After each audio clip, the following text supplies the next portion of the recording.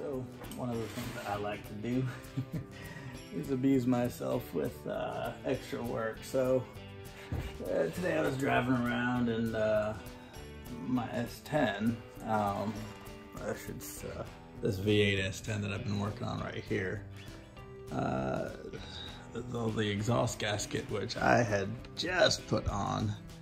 I mean, just put on. I had probably driven 10 miles with this new gasket on. Well, I'll tell you, the gasket worked it.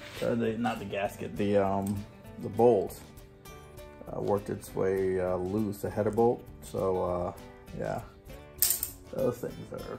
So what I did is I got this Felpro set here, the MS9275B. Simply the best gasket set that you can buy for a small block Chevy. Let me show you why. Because you can set your headers and then just drop those in between the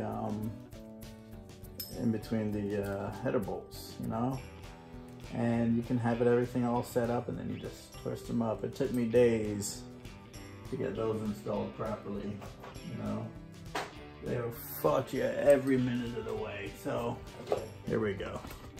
Take a look at this here. Got this. All right, so the bolt I'm looking at is, let me put it down. I'll use one to point. The bolt I'm looking at is right back there. All right. So with these are Hedman headers that I have on them. Those gaskets, they're reusable, and I mean, I paid 30 bucks for those, so they were a lot of money. But I'll tell you, 10 miles worth of use, I can't call that a success story. So look at those pretty blue roller rockers on this thing.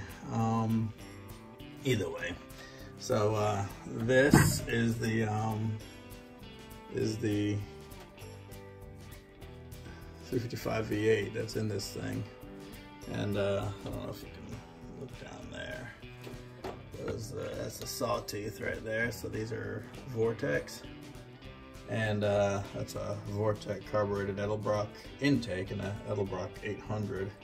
This thing eats fuel and likes it. So probably, you know, 40 bucks worth of fuel will get you about 150, 200 miles. So this thing does have a large fuel tank. And so another thing is, I was driving it today, and that brand new power steering pump just put on, I guess I had it a little loose, so it twisted the belt. So I'm either gonna go ahead and grab me a Dayco, one of the high performance belts, high performance meaning they last long, and put that on there. These belts are, I think, the only old thing still on this this whole motor here, whole engine. Motors are electric, by the way, just in case anybody knows. Anyway, so yeah, all right. See how long it takes me to finish this job up, huh? So these gaskets right here, I'm gonna leave on this side. They're working just fine. They haven't started leaking or anything like that. You know, one of the mechanics actually told me that they did leak, and exactly what they did for me. They leaked, but whatever, you know. These Felpro set, really good gaskets to buy, and you know, you make little mistakes here and there when you're working on your car. One of the mistakes I made is on that side, header wrap. So I got 100 feet of header wrap just to make sure I was able to wrap the whole header, because it is a tight engine bay on the other side. This side isn't so bad. Didn't feel like I needed to even wrap this side, but I did it anyway. The other side definitely should have been wrapped, but you know, space is so tight that you really can't use header wrap. These bolts right here, the header bolts, the header wrap interferes with that. The clearances are so tight, so you can't use header wrap in a lot of them. You just have to use boot protectors. So I did both. I did boot protectors and header wrap because I did have a set of wires, the last set of wires that cooked, you know. They make these ceramic boots and all, but you need a flexible boot here to be able to get it, you know, and behind here, there isn't, you have to actually bend the boot over the spark plug to get it to work. So there's a lot of fitment issues that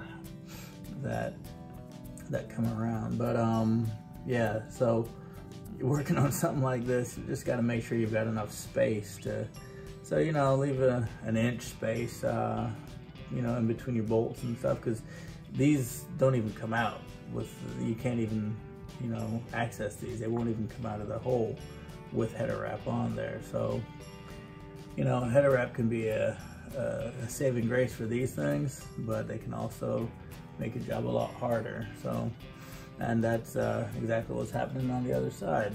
Header wrap is causing me woes. I'm having to cut it back, you know.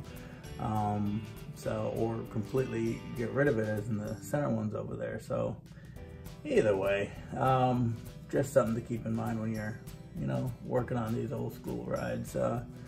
Even the newer ones, but a lot of the new ones don't have wires anymore. They've got coils, but those Chevys have wires that come down off of there, and they come down and make noise that way. So, but looks like I have a dirty spark plug right there. That may be starts of a leak there. So, who knows?